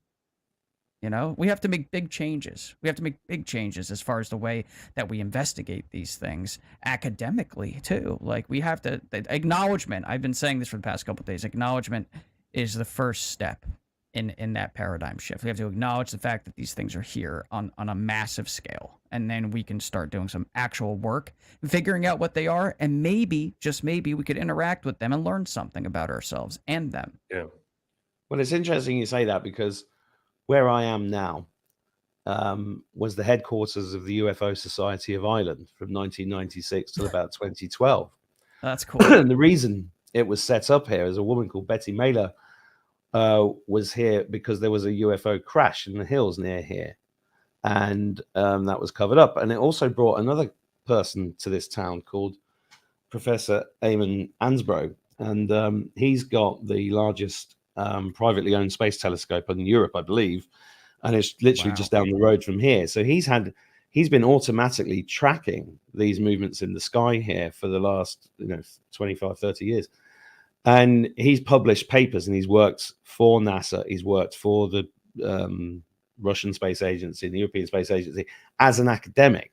So he's got this academic front, and he came out earlier this year with a paper that got suppressed, but out of the 40,000 plus UFOs that he's actually recorded, 40, I might have the numbers wrong, but only a small number of them he has irrefutable evidence. It's totally irrefutable. And then he made it onto the national papers in Ireland here with this information. I've met him a few times for lunch and talking to him about maybe making a film, because behind his academic work is this esoteric knowledge as well. And I'm finding that with a lot of people that do have these experiences, that it's a far more multidimensional kind of experience that they're having, and an esoteric and a spiritual experience than it is anything else. And I think that is, and I've met lots of people. I mean, I was at a party in the east of Ireland a couple of years ago where they'd heard that I could call the ships in, because I have been able to do that, right? And I called them in, and we had this massive display over the sea on the coast of Ireland at like 2 a.m, and these ships just doing fly past and flare ups and all the kind of stuff that James Gyllenhaal talks about at ESETI, which is over in is it Washington, Olympia? I'm not exactly sure. I'd love to go to his ranch. And did you ever watch his show? Yeah, I know exactly what you're talking about. Yep. And there are these hotspots. What do you say to people though that tell you that you're like full of shit? I don't care. I don't even tell them to fuck off anymore, because I've moved past that. I got rid of any caring whatsoever about what anybody thinks about me. I mean, I got called a turbo nonce by 3.5 million people on Twitter 2 months ago because I questioned the validity of the video of Princess Kate, which was obviously AI. You just get, that's what I mean. We're being tempered like steel in the furnace. You've got to get past caring what people think, and you've just got to talk about your truth. And I'm trying to encourage everybody to talk about their truth, even if only 20 people are listening. Talk about your truth, because you never know who's listening, and you never know how much strength you give to other people. Because one of the ways that they've managed to control us is isolation, and and guilt and shame. You were a Catholic, you know all about that, and also the fear of being ridiculed in public. Yes, because standing up against all this stuff 4 years ago was not easy. It was not. easy at all. You know, there were people shouting at me in shops, spitting at me. I've been called all sorts of names, and you just get past it because you're like, well, do I care? You know, when we opened the healing center here, there was some shill who described me as an English fascist, racist, homophobic, for opening a healing center and bringing out a poetry book. What's that have to do with any of that? You know what I mean? It's nuts. And they don't, you know, there are shills and but it's all a test. Everything's a test. It's about a test of your strength of character. And, you know, in natural law, we talk about it like you're not a free man of the land. You're just a man or a woman standing under your creator. That's it. That's what it is. And that is a big spiritual path to get to that point where you fully feel that in every cell in your body. And when you are in that position of power, nothing can touch you because you're an eternal spirit. And that's the thing that we have to get past, because once you understand you're an eternal spirit having a human experience, then what are you afraid of? And then fear is their biggest weapon. And then once you lose fear, then you are unstoppable. And I do believe that our DNA, I know in America you call it junk DNA, but it's not junk.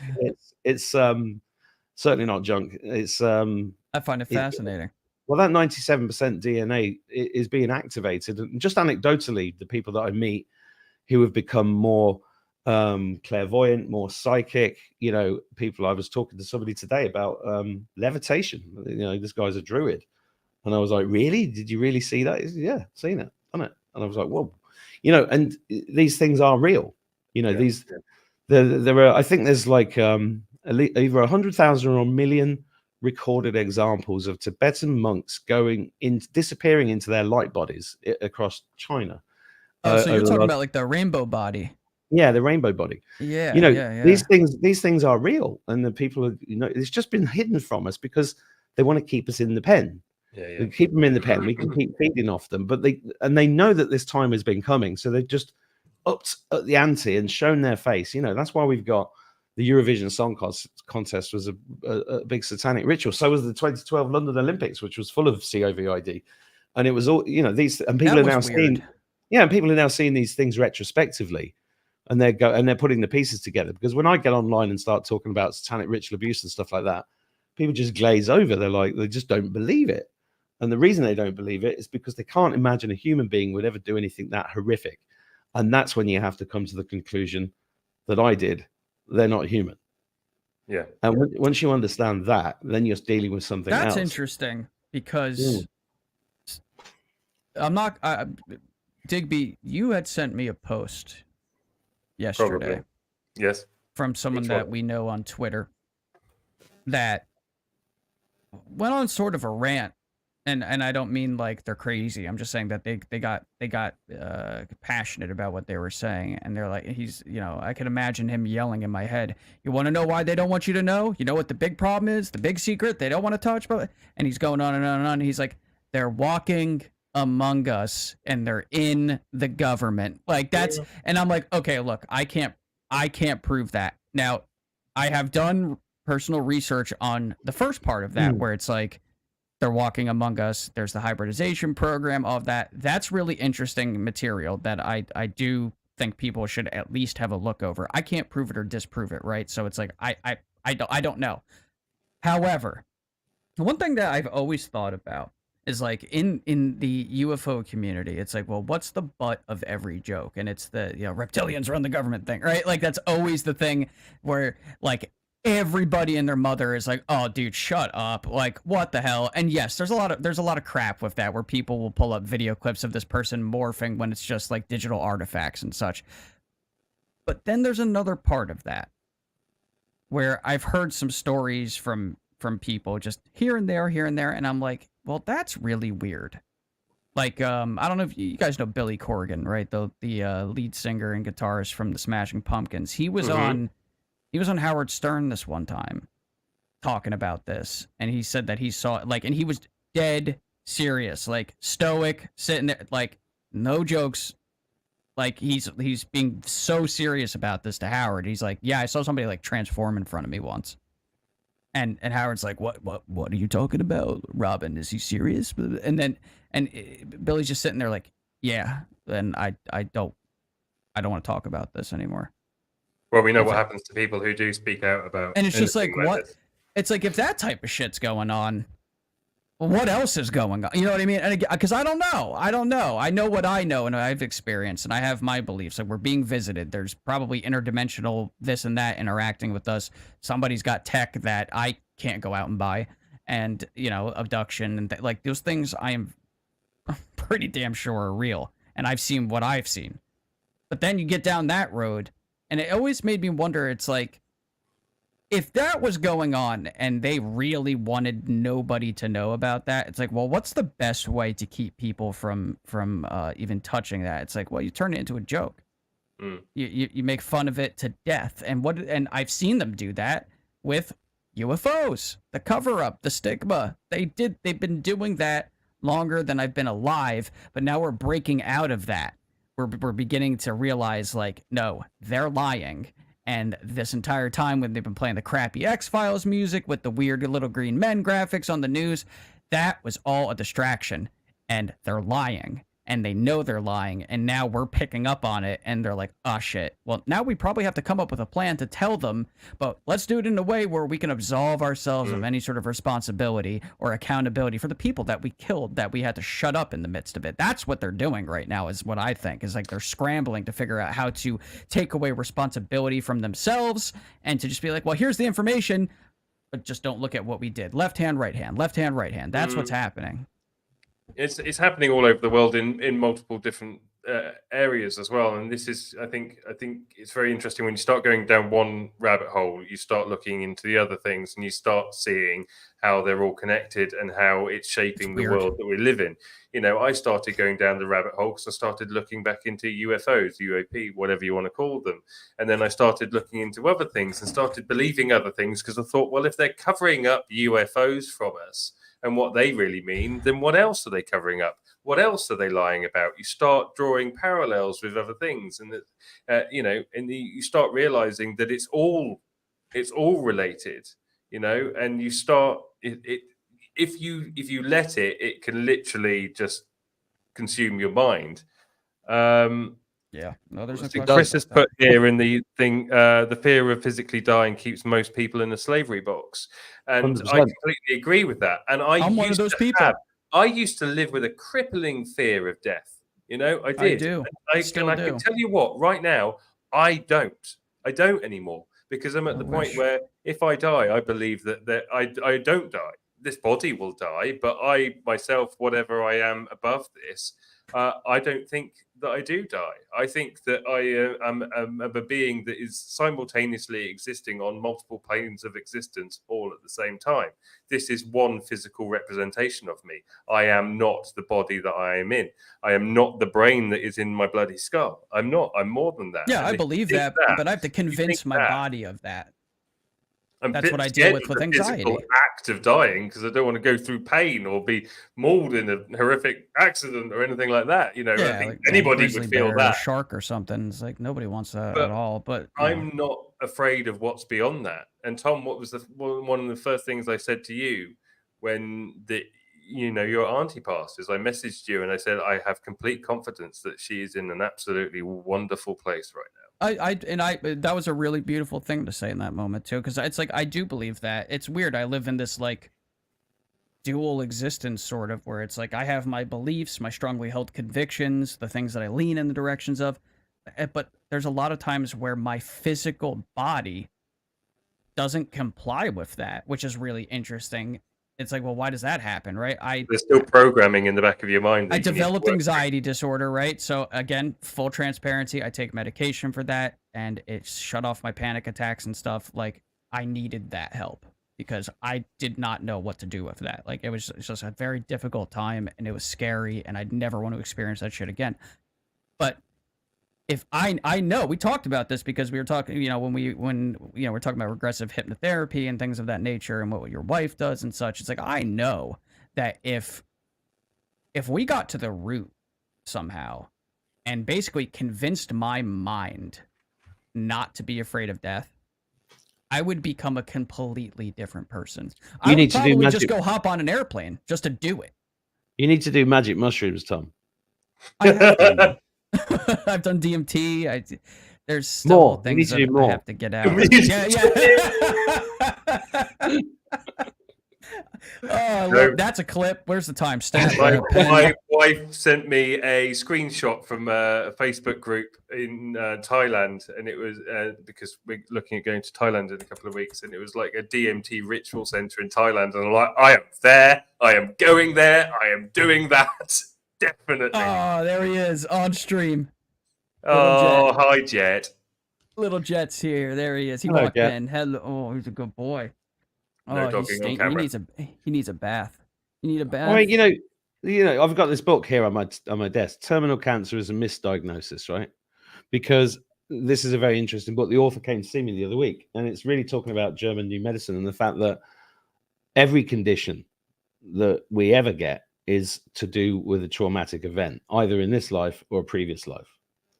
And 80-90% of your immune system is in your auric field. And most people don't even know what an auric field is. You know, so we're dealing with such vast amounts of programs, as you just said there, Digby. These are what's going on at the moment is we're being deprogrammed.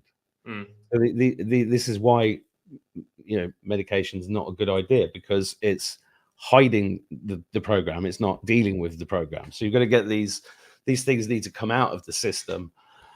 And, you know, and I've been to see thousands of healers over the years because I had so much deprogramming to do. It was ridiculous, but you know, I'm not the only one, and we're all going through it on a mass scale, and it's amazing because you can work through everything if you just give yourself the belief that you can. But you know, because beliefs is the thing that's holding us back, because beliefs are programs.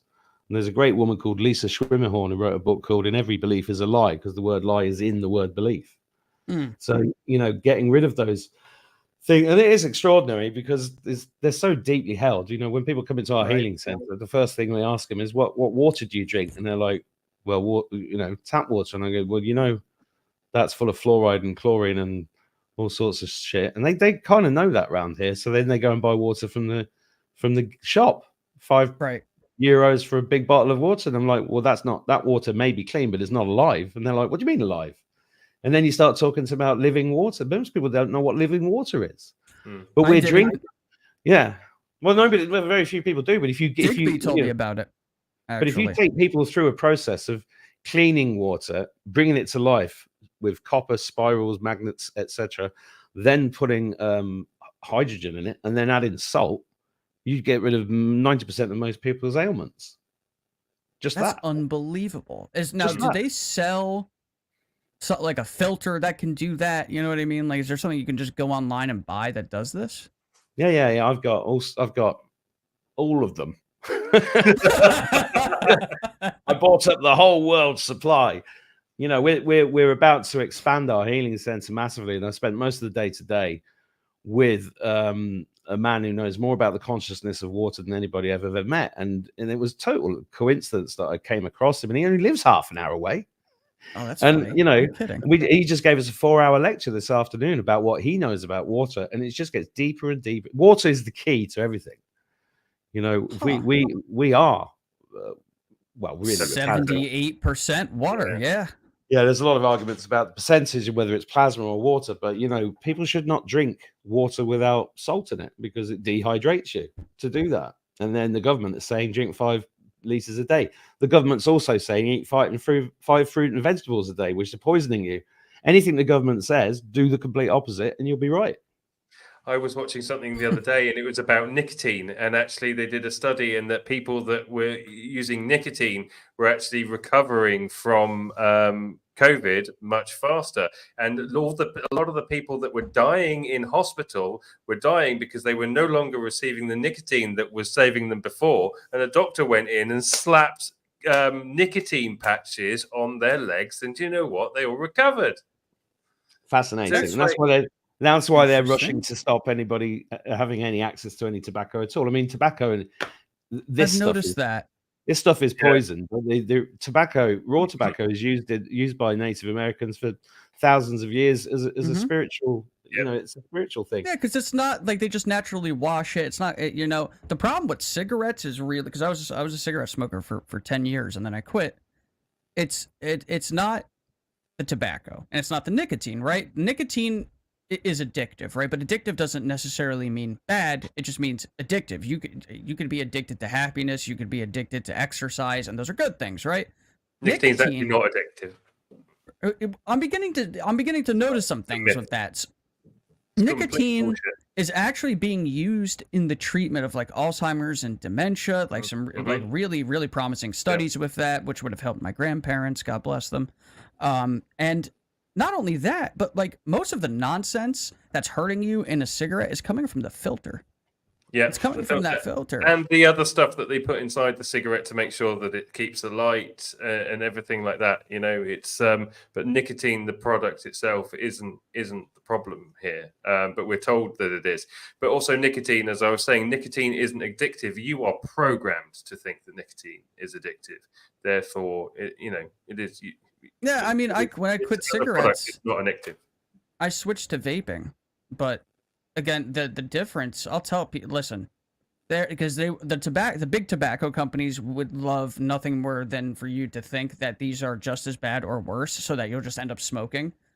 I can tell you how different I felt going from smoking 2 packs of cigarettes a day to just vaping. It was night and day. Now, I'm not saying that this is great for me either, but it is not smoking cigarettes.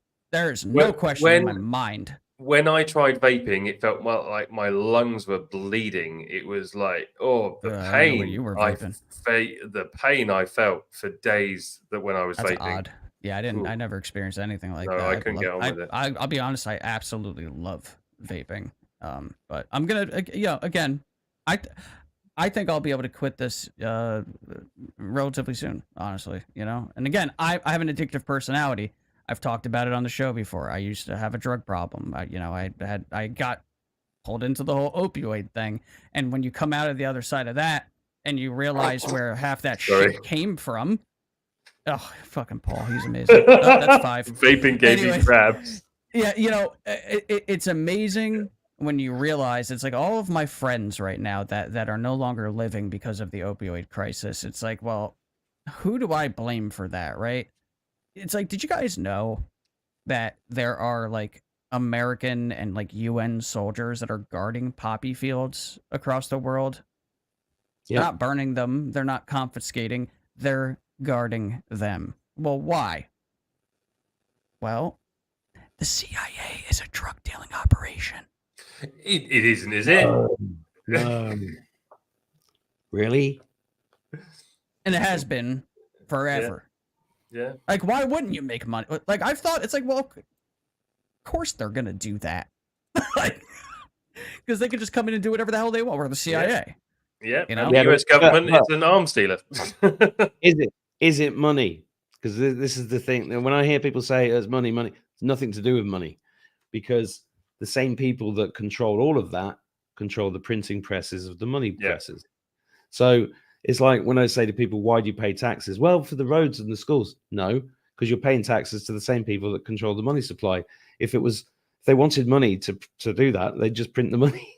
I've always wondered that, Mark. Like, so maybe you think the way that I do. It's like, I used to joke about this as a child, right? Without having any actual like economic knowledge at the time. I was real little, and I was like, I know they print money. I've gone to the printing press in Philadelphia. It was real cool, really interesting field trip I took as a child. And it's like, well, if they need more money, why don't they just make it? Yeah. Well, this is the thing. I mean, I studied economics for 5 years, and nobody mentioned the fractional reserve banking system to me, not once. And once I discovered that was, I mean, everybody on their waking up journey needs to go and read a book by G. Edward Griffiths called The Creature from Jekyll Island, which tells the true story about how the Federal Reserve came about and how the fractional reserve banking system is actually the #1 tool of our enslavement, because it's and that's a really good place for people to start if they're on a journey of waking up, because it's money. It's right in front of you. You need it every day. You've been brought up with it. You can't, once you see the truth of money, it opens up so many other avenues of investigation. They can't audit the Fed, right? Yeah. God forbid we do that. Well, that might reveal some secrets. Paul's asking me a question. I want to know Yes. about David Icke's influence, or if I think Icke is correct. Well, I've met David Icke a few times, and No kidding. I've got a lot of his books here, and his son Gareth did his first live gig in years with me last year in Manchester, and I think we owe a lot of a big debt to David Icke because of the information he's put out in his books and talks. I went to see him at Wembley with 8,000 other people in 2012, I think it was, or 2011. That's a pretty big crowd. Oh, it's huge, and really because when 9/11 happened, one of my school friends was in the towers, and I spent the next 20 years sitting with his brother, trying to get to the bottom of what had happened. I mean, that ended up with me being invited to Guantanamo Bay in 2016, but I didn't go, and lots of weird stuff around that. And my cousin worked on that court case. Yeah, well, David Icke.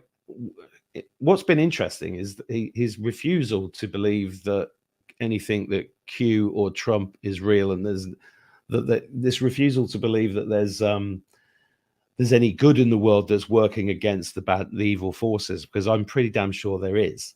And when you look at stories like The Stranger in the Pentagon, and you understand about the fact that there've been good, you just look at Admiral Byrd's experiences in the Antarctic.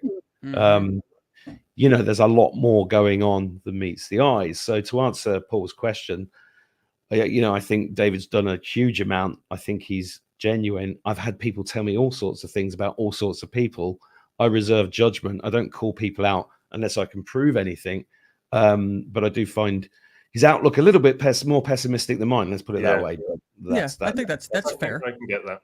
That. Well, when you're inundated with all of that negative information, it will affect you. This is why I've unplugged from American politics at this point. Like I saw the other day, I'm at work and I'm getting my phone's blown up, and they're like, "Trump's guilty," and I'm like, "Oh, I didn't even know that was happening today." Like I literally don't give a shit. You can't unplug from American politics. You can't unplug from American politics. It's the best sitcom in history. But even Tom, better than Seinfeld. My God. This goes back to what I keep coming back to on our show, and for those of you that are frequent watchers, I always believe that I believe in the goodness of mankind, in the goodness of humanity. We are told time and time again that we are immature, warfaring species, and that the planet would be better off without us. We're told it all the time, but I don't believe that. I believe that mankind inherently is a good, peace-loving species. We are just unfortunate to be represented by some absolutely demonic, evil characters that like to tell us that we're the fucking problem. And we're not. I believe in the goodness of humanity, and I've seen it time and time again with people that we get to speak to on this show, with people that I interact with on different social media platforms, people that I've never even met before, and people I've met through traveling. And, I'm really looking forward to getting to Thailand in a couple of weeks, because I know I'm going to meet some amazing, amazing people. Mark, you said earlier, people say, I can't imagine anybody doing like that. It's because they're not human, in whatever way you want to take that on board, but, I believe in the goodness of humanity, and there are some evil sons of bitches out there, and they do not speak for me. They do not represent me. And unfortunately, most of those fuckers are in government or in Hollywood. No, they can be that evil. They can. I mean, look at serial killers, right? We're also fascinated by true crime and listening to those podcasts, and some because it's fascinating to learn about people that think so differently than we do. It's like, well, look at Dahmer. Look at all of these psycho bastards that throughout history that weren't in government but were doing evil things. It's like, what, you don't think 1 or 3 or 5 of those slipped through the cracks, didn't commit any crimes, or didn't get caught, and then became a governor? Well, I think most of those serial killers are cover stories for satanic ritual abuse of some kind. I've seen some stories about that too. I will say there's some weird shit connected to that. Like, oh man, I know there was a book, I forget the name of it, but I know exactly what you're talking about, and there are some very odd connections between political officials and like John Wayne Gacy, I think was the one that I was looking at specifically. It was very, very peculiar and suspicious. I again can't prove it, but it makes you wonder at least, which is that's not wrong though. It's like if you see something suspicious, you probably look into it, right? Investigate a little bit. They don't want us to do that. That's when I knew there was an article that CNN put out that I think both of you are probably aware of. And this is when I knew. I was like, no, they're wrong. I'm right. That headline was why it's dangerous to do your own research. And I was like, yep, that's it. I was like, that's it. You guys suck and I don't. I'm like, that's crazy. Like that dangerous to do your own research and what? And let you do it for me? Or who? Like we all do it. How the hell am I supposed to learn anything in this life without doing my own research now that I'm out of school? Like, yeah, but not enough people do. What? They just take what they see and just go with it. You know, there's still a lot of people out there, and we feel like there are more people around us that are waking up. But I think I think there is, but also I think when you wake up, you just surround yourself by other people that have woken up as well. There's still a long way. What does that mean, though? Right? Like, what does that actually mean? Because to me, woken up means that you are not afraid to have conversations that a lot of other people are afraid to have. Like that's part of it for me is that like we need to get to a point where people on either side of like the pandemic debate can just come into a room and just just talk. Like stop yelling at each other, stop calling each other names, stop accusing this person of killing someone's whatever. Just talk. Because at the end of the day, we all have to live here. We all have to share this planet together, right? Like, we can all just be good to one another. That's what I always stress. Mark, if there's one thing that you can take with you today from speaking to Digby and I, at least coming from me, I just want what's good for everybody, man, at the end of the day. I don't care what race you are. I don't care what God you worship. I care about how you treat other people and how you treat me and how you carry yourself. That's all I care about. At all. Agreed. That's all that matters at the end of the day. And then we're all going to end up, passing through this life, right? And we all have to leave a legacy behind that maybe some people will remember, some people may not. And don't you want your legacy to be one that you loved people as best that you could and you treated people with respect and kindness, right? Like why we should all want that. Most of it do. That's all it comes down to. I think you're both right. I think most of us do, but yeah, it's getting on. It's getting late, especially for me and Mark. It's 10:20. It's not for you, Tom. Oh, is it past your bedtime, Digby? Yeah, it is, and Mark's probably too. We're older than you, Tom. I've got a full day in the dentist tomorrow. I need to get some sleep. What are you getting a procedure done? Yeah. Not root canal, I hope. Getting all damn things out there. Okay, good. I actually have to get fillings put in. I have a cavity. I have a pretty gnarly cavity, actually. We have one last button to press here, and we will throw Mark to the wolves. Speculation Station. Speculation Station is our favourite part of the show. It's the part where we like to ask our guests to leave something with our viewers to think about for the week. It's something to expand their way of thinking, expand their mind. Question, comment, it could be anything. So I even threw up a photo one time. It could just something that you want people to heavily ponder as the show rolls out and something that you want to stick in people's minds basically for like the rest of the week. Yeah, I don't know. That's a good one. I mean, the first thing that came into my head is I wouldn't call it speculation, but it would be that exercise I told you about, connecting to the star and trying to communicate. Mm-hmm. If you're watching this and you've never done that, try it. Because I've met lots of people who've tried it because I've talked about it quite a few times, and it changes your life if you have that connection. And that's something you can go and do for free in the garden. That's powerful. Well, I tried it here, powerful. Mark. I told you about it last night when I was stuck here in Ramadan and my wife and kids went home. And I and Tom, I've spoken about it on the show, my experience. And I think anything that promotes somebody to look up, I think looking up is one of the most important things that people can do because, That's why they made a film called Don't Look Up. I know. I love that movie. That was a great movie. It was hilarious. It is very funny. hilarious.